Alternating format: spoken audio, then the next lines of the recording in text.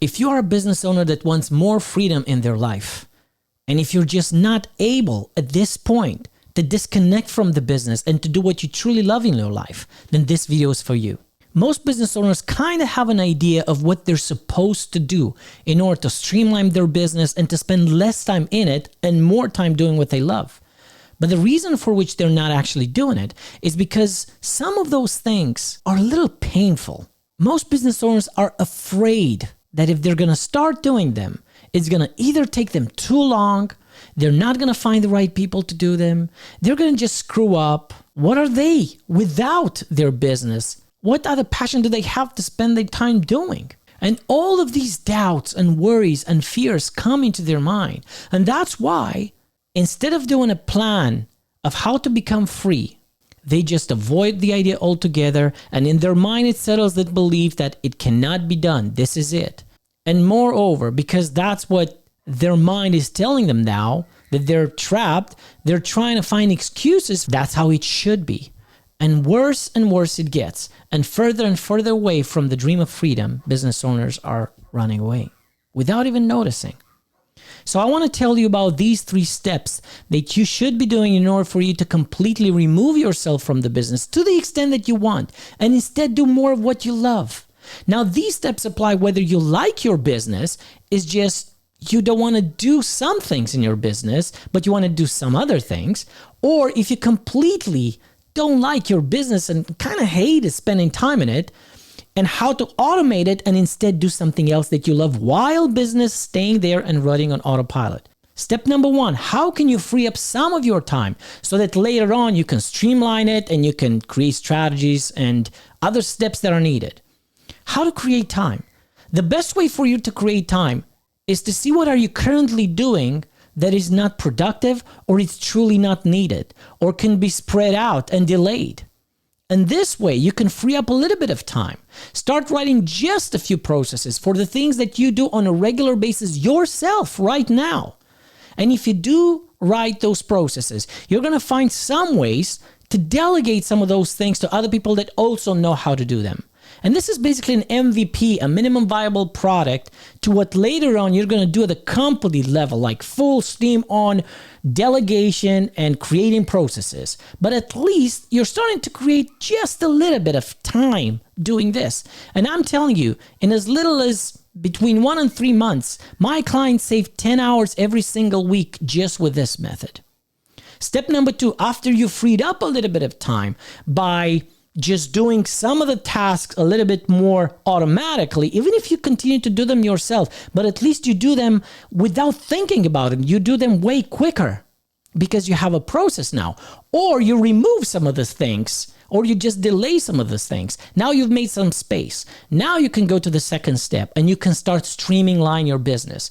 Now this takes the step number 1 to a whole new different level. Now you look in your business and you see all the activities that are happening in your business, especially the ones that are happening on a recurrent basis, no matter if you're doing them or somebody else is doing them. And as part of this streamlining phase right now, you are standardizing and you're writing down processes for anything that is repeatable, anything that is recurrent, and you give that to your entire team and you tell them this is how you do it from now on.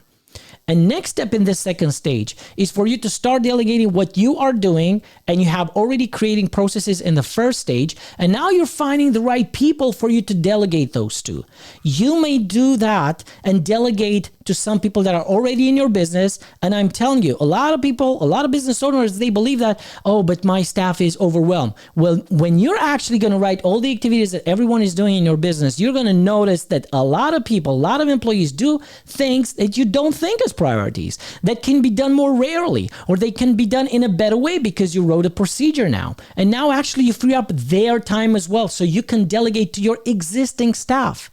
Now, let's say that you filled up your existing staff. How do you do more? Well, you start hiring. And when you start hiring, you can look for recommendation. You can look for where other people from your industry are hiring, or you can simply go to places like Indeed, then if you hire them remotely like Fiverr or Upwork or any other places. But first, look for recommendation around people that are in your industry. And you can also consider subcontractors.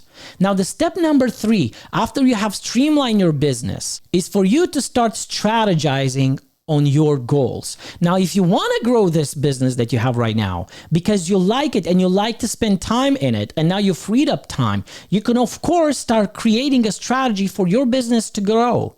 Not by accident, not, well, if it grows, it grows. You can actually set up specific metrics, specific targets. Now, once you have set those targets and you articulate exactly the steps they need to get done to achieve those targets and you spread them around the team, what you're going to notice is the things that you thought that are going to take a lot of time and effort and your team doesn't have time, because you've turned it into a roadmap, you turn it into a specific strategic plan, and you put just a little bit here, just a little bit there, a few tasks every week, you're going to see that your company can actually increase and achieve milestones and targets. But if you want to do more of something that you truly love, if you want to start a separate business, if you want to just spend more time with your family, if you want to just travel more and you want to separate yourself from this business that you have just streamlined, what do you have to do next? Well, it's exactly the same thing. You have to create a strategy. Now, what I would advise you here, it's not just simply to create a strategy where you say, by that date, I want to reach this many clients, or I want to travel this much, or I want to spend this much time with each of my kids. Not only that, but what I want you to do is do one step that most business owners never do: to create a vision for your life, to imagine yourself having achieved those things, having achieved those milestones for existing business, a new business, or freedom, time spent with your family, or doing what you love. Imagine yourself in those situations. Let that raise in you excitement and passion. When you imagine your life being the way that you actually desire it, that's going to put in your day, throughout the day, so much inspiration that that strategic plan for freedom is going to happen just like that. Spend time envisioning your goals. And if especially you're doing it in the morning and at nighttime, when your brain gets into a theta brainwaves, at that point is your true self, not yourself which is just caught up with everything throughout the day and is disconnected from who you truly are. But in the morning and the evening, your true self tells you what it truly wants, and claim your freedom that you're truly entitled for.